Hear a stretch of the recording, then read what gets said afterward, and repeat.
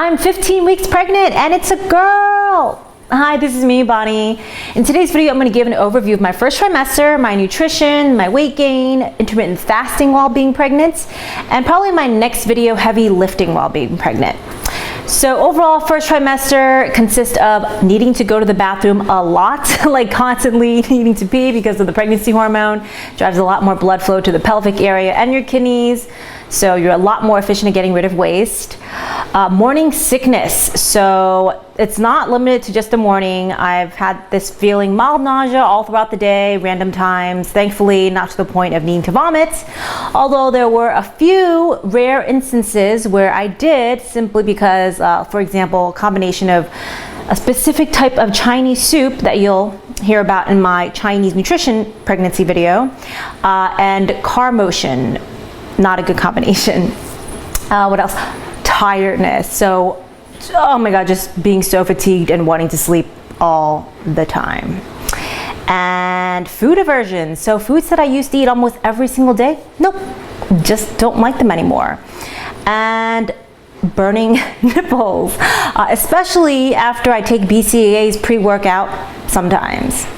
So general pregnancy nutrition, interestingly, has a lot of overlap, very similar to just overall healthy eating. Very similar in terms of foods that are good for you, foods that you should avoid or minimize. But I think the biggest difference is there are certain foods that you should have more emphasis on.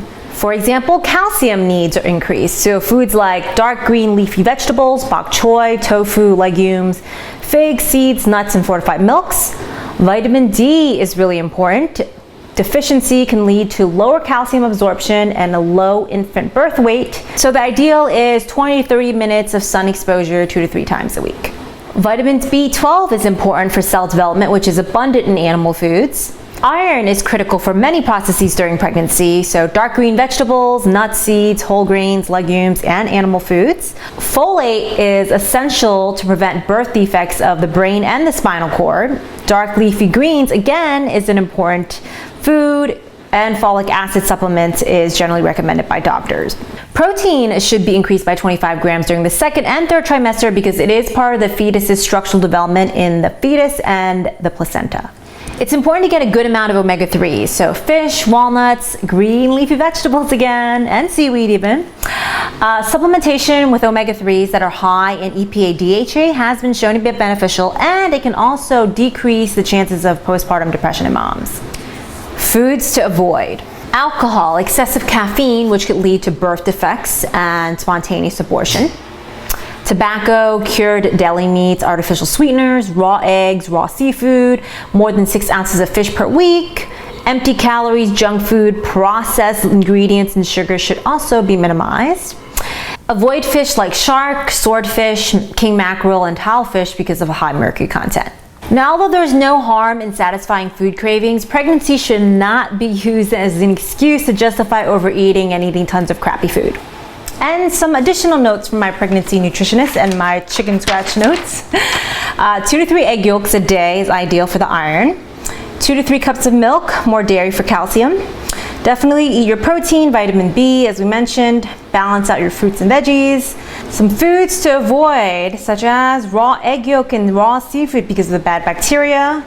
Fish that's high in mercury, tuna, sea bass, lobster, heavy metals can go right through the placenta. So foods like salmon, freshwater fish, carp, they're fine. Brie is not pasteurized, and that may have a bacteria problem. Soft cheeses are fine, so be careful of hard cheeses. Also be careful of mayo because sometimes when people make it, they make it with raw egg yolk. And if you do have no cold cut sandwiches, and if you do have dairy meats, take it out and make sure you heat it up. And that's pretty much all the additional notes. I'll share what my mom said about Chinese pregnancy nutrition because that is quite different and it could definitely be a video all on its own. Now let's talk about weight gain. Weight gain is said to be really important because low gestational weight gain often results in low birth weight infants that may experience slow, delayed development. My doctor said you shouldn't gain more than 5 pounds in the first trimester and then 2 to 4 pounds every month after that. And I have heard that a lot of the weight gain does come in the last month. So overall weight gain is 25 to 35 pounds. And this does vary depending on if you are underweight, overweight, or really short. So for example, according to CSCS, Certified Strength and Conditioning Specialist, International Sports and Science Association, their guidelines say that if you're underweight, then you should gain 25 to 35 pounds. If you're overweight, then you should gain 15 to 25 pounds. And if you're 5'2" or shorter, then you should gain 10 to 25 pounds. Now, a really fascinating topic I want to talk about is everything that you read out there, and just general knowledge says that you should eat more if you're pregnant because you're technically eating for two, right? Well, interestingly, my pregnancy nutritionist said, don't listen to any of that and just eat what you've normally been eating because your baby is still going to get the nutrients anyway. So this is really interesting because everything that I've read, and also my friends who've been pregnant say that they've eaten a couple hundred calories more, depending on the trimester, a little more near the end, 200, 300 calories. And it's also said that as you expend more energy, you should eat more, especially if you exercise. Now, I'm used to really intense heavy weightlifting, and now my intensity has gone down and my volume has gone down. So I'm definitely not expending as much. So if I ate my average 2,500 or so calories at maintenance, technically it is still eating a little bit more because my intensity and volume has gone down. And then granted, I know that there's energy expenditure going on with all the stuff that's happening with the baby, but I can't imagine that it would increase your BMR, your basal metabolic rate, by that much. So I've decided, as long as my checkup showed that my baby size is fine, I'm gonna do an approach that's kind of, I guess, in between. I'm gonna eat based on my maintenance calories, factoring in my body weight and my activity level. So as my weight increases, then my maintenance calories, if I keep my activity level the same, then my maintenance calories are gonna probably increase by a little bit. So I'm gonna do that, and I'm also gonna be starting my 6-week Peak Body Accelerator soon, so I'll be going on that program with some of you guys. And the goal here is to just not gain weight too quickly, which is really important. My doctor did advise me against that because there is the risk and danger of gestational diabetes, and also you are at higher risk of getting diagnosed with type 2 diabetes later in life, and not to mention a really large baby. So I gained 4 pounds in the first trimester, and then I gained about an average of a pound when I hit 14.5 weeks. So I'm at the normal rate of weight gain. And I really gained weight, I think, because of 2 reasons. Number one, I just started a muscle building phase before I got pregnant. And number 2, I was way more lax in eating whatever I wanted because I thought, hey, I'm eating for 2. So guilty. I definitely used pregnancy as a justification to eat whatever. And supposedly, it doesn't matter like if you eat everything in sight that you want, because your womb and your placenta actually acts as a gatekeeper to make sure that your baby really gets the nutrients that it needs. And before I got pregnant, I decided to go on a muscle building phase to add 5 pounds of muscle in my legs and my butt so I can get shapelier legs, and also increase my metabolism a little bit and burn off the lower part of my stomach to get better lower abs. So I thought, hey, this is great. I have to eat more because I'm pregnant, and I'm eating more because of muscle building, so I'm just gonna keep doing the same thing. Unfortunately, my energy levels tanked, and I just couldn't keep up the weight and intensity that I planned. So here I'm eating more, supposedly with an increased stimulus to build muscle, and that wasn't quite there. So I felt like I probably just gained more fat. Ooh, I just spit all over the place. Gained a little bit more fat.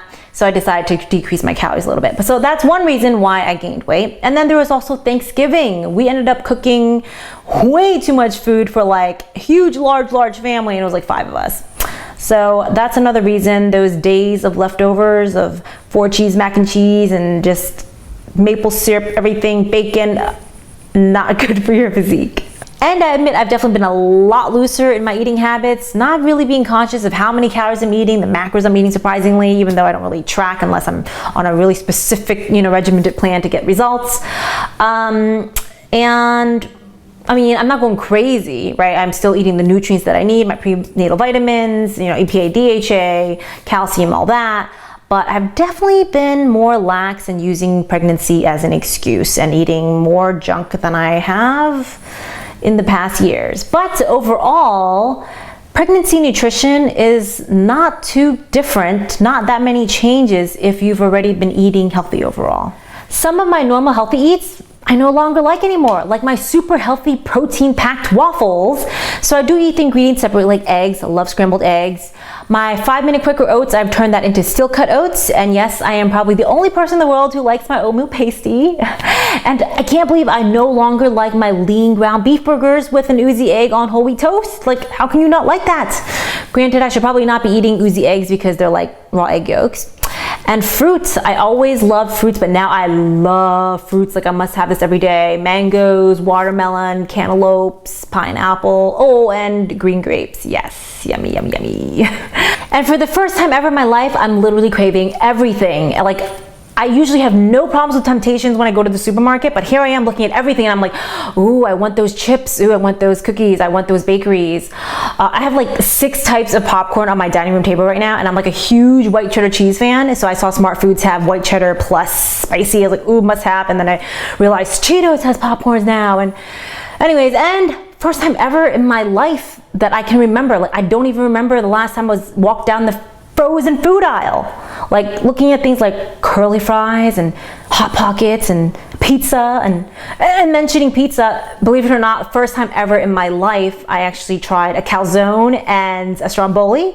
And FYI, if any of you are in New York City, you must go to John's Pizza and get their calzone. Like, super ooey gooey, cheesy and good. Surprisingly, they're so big and they cost even more than a pie of pizza. And not to mention, I've never eaten so much cheese in my entire life. But everything I'm looking at, mainly, I'm basically just eating it with my eyes. And yes, I'll admit there are some things that I do get and indulge in, but you know, keeping it in check. But yeah, lots of random food cravings all of a sudden. Intermittent fasting while pregnant. So I've been doing intermittent fasting since 2011, so almost 10 years. And I wondered, should I do intermittent fasting while I'm pregnant? Turns out research shows that it's actually safe to do intermittent fasting while you're pregnant as long as you're getting enough calories and nutrients. So I did start off my pregnancy doing intermittent fasting. That is until one of the early pregnancy symptoms of nausea hit. And it turns out when you're eating large amounts of food in one sitting, it does activate some nausea. So because of that, I ended up starting eating a meal earlier. And then since I've done that, all of a sudden now I get hungry earlier and I sometimes wake up ravenous. And I just find this really interesting because our bodies really do adapt to what we do to it. Like, I mean, I've been doing intermittent fasting for 10 years and I don't get hungry until, you know, way later. And the moment I make the change, look at that, now I'm ravenous for breakfast. Anyways, so that's my thing on intermittent fasting. All right, that's it for today. In my next video, I am going to talk about heavy weightlifting while pregnancy and some pretty controversial thoughts. Also, then the next video is going to be on Chinese pregnancy nutrition, kind of interesting. And I think that's it. So I hope you guys like this video. If you have any comments, thoughts, please share. Any tips, please do share because it is my first baby. And stay tuned and I will see you soon. Thanks for watching.